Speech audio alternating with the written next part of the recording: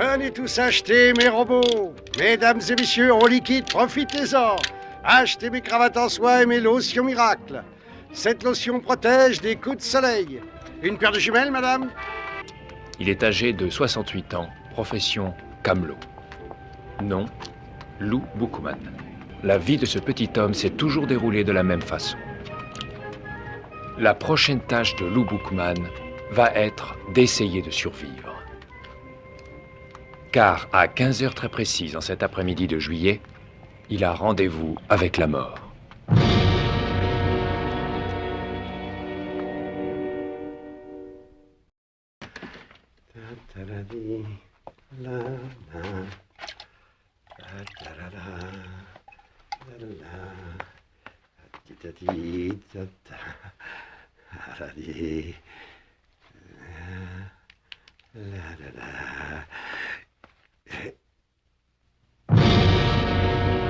Vous étiez sur le trottoir tout à l'heure, c'est vous qui avez passé votre temps à prendre des notes. Vous êtes Lou Boukman?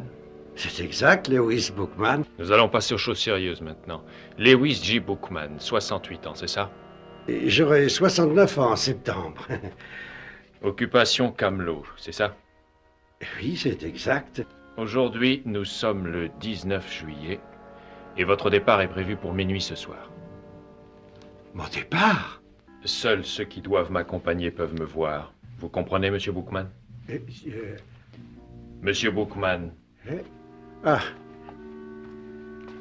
Seuls ceux qui doivent m'accompagner peuvent me voir. Ne croyez-vous pas que vous devriez préparer vos affaires? Mon départ pour où? Il faut bien s'en aller un jour. S'en aller? Vous voulez dire mourir? C'est exact. D'abord, je trouve vos suggestions tout à fait déplacées et diaboliques. Vous pourriez vous expliquer clairement. Monsieur Boukman, j'ai fait l'impossible pour me faire comprendre. Je ne pouvais pas être plus clair. Vous êtes la mort? Exactement, Monsieur Boukman. Maintenant, revenons aux choses sérieuses. Votre départ est donc prévu à minuit ce soir. J'espère que cela vous conviendra. Et il est prévu que vous mourrez pendant votre sommeil. Évidemment, j'imagine que cela vous convient aussi. C'est une des façons les moins douloureuses de mourir. D'ailleurs, vous ne vous apercevrez Attendez, de je rien. ne suis pas d'accord, je refuse. Ils ont tous la même réaction. Et pourquoi voulez-vous que je meure? Je suis en parfaite santé, monsieur. C'est certainement vrai, mais votre départ est prévu à minuit très précise et il aura bien lieu à minuit. Vous ne croyez pas qu'on pourrait me demander mon avis? Il arrive que nous fassions quelques exceptions, mais franchement, Monsieur Boukman, en ce qui vous concerne, vous n'avez aucune circonstance atténuante. Vous pouvez faire appel dans 3 cas particuliers. Et la troisième catégorie, qu'est-ce que c'est? Je ne pense pas que vous en fassiez partie non plus. Vous n'avez pas entrepris quelque chose d'important? Que vous n'auriez pas eu la possibilité de terminer, Monsieur Boukman? Non. Il s'agit d'une œuvre entreprise et qui, si elle était interrompue, risquerait d'avoir des conséquences fatales pour le monde. Et j'ai peut-être quelque chose. Quelque chose que je pourrais dédier aux anges. Je sais que ça ne représente pas grand-chose pour vous, mais beaucoup pour moi. Ça voudrait dire qu'à un moment de ma vie, j'ai été capable de réaliser quelque chose de grand. Le problème, Monsieur Boukman, c'est qu'il faudrait vous accorder un délai. Non, je suis absolument désolé, Monsieur Boukman, mais je ne puis accepter, non. Ce que vous comptez faire n'entre pas dans la catégorie des grandes œuvres. Ça représente beaucoup pour vous, n'est-ce pas? Oui, beaucoup. Étant donné les circonstances, je vous accorde un délai. Jusqu'à quand? Mais vous plaisantez, j'espère. Jusqu'à ce fameux boniment dont vous avez parlé. J'ai un délai jusque-là? Oui, c'est entendu, j'accepte. Ça, alors, c'est une des meilleures affaires de ma vie. Quand comptez-vous le faire? Quand? Mhm. Bientôt. Peut-être pas cette année, ni l'année prochaine. On a tout le temps, vous savez. Enfin, bientôt. Monsieur Boukman, j'ai la désagréable impression que vous vous moquez de moi. Oh, oui. Sachez que je n'ai pas l'intention d'en rester là. Je suis obligé d'envisager une sanction. On a fait un marché, tous les deux. Pour une fois, j'étais plus fort que vous. Dans la mesure où vous refusez de m'accompagner, je suis forcé de choisir une alternative.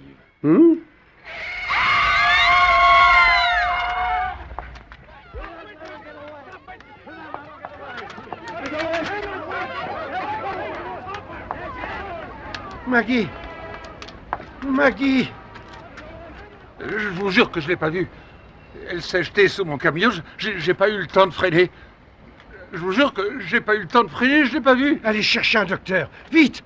Appelez l'ambulance, faites quelque chose! J'y vais.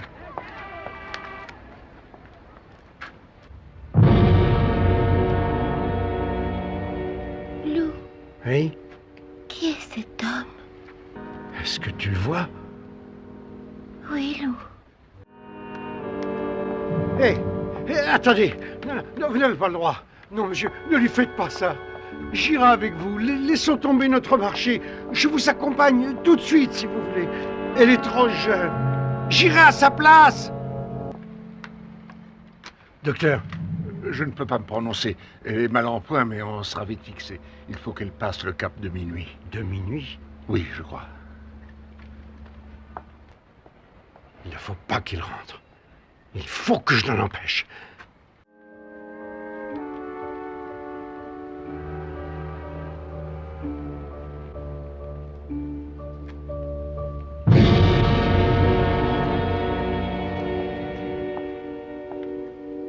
Bonsoir, monsieur Bookman. Vous avez affaire chez Maggie? Absolument, monsieur Bookman.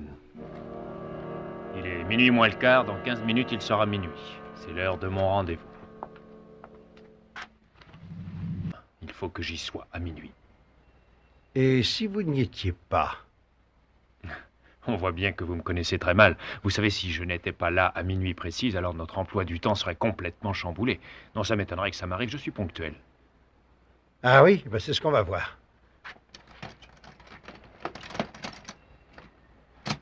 Et que faites-vous, monsieur Bookman? Bon, je vais répéter mon futur boniment. Vous n'aurez pas beaucoup de clients? Bon, c'est pas grave.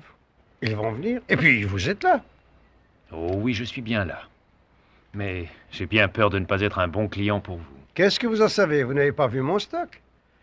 Eh bien, regardez cette jolie cravate, par exemple. D'après vous, qu'est-ce que c'est que ça? C'est une cravate? Touchez-la. Et alors? Mesdames et messieurs, si vous voulez vous repaître les yeux sur une des plus extraordinaires découvertes depuis l'énergie atomique, et le plus fantastique dans tout ça, c'est que ce n'est pas cher. Vous avez bien entendu, fantastique. Alors, d'après vous, il est vendu à quel prix? Vous donneriez n'importe quel prix, 20 $, 25 ou même 10, ce qui veut dire que vous êtes intéressé.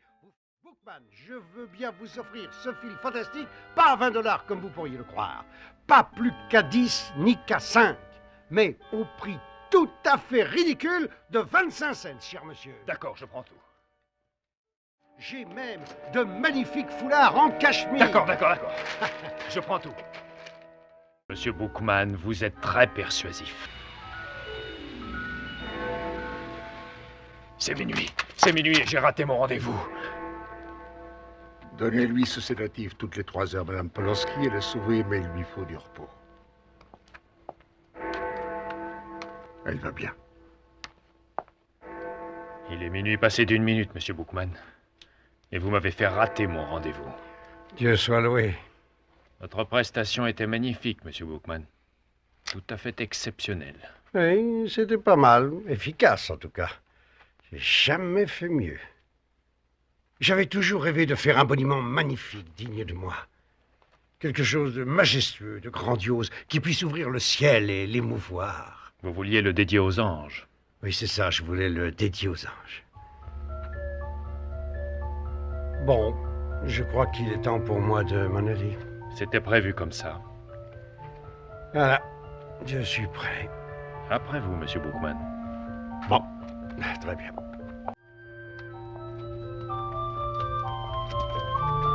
Lewis Bookman, âgé de 68 ans, camelot de son état, nous a laissé un beau soir d'été.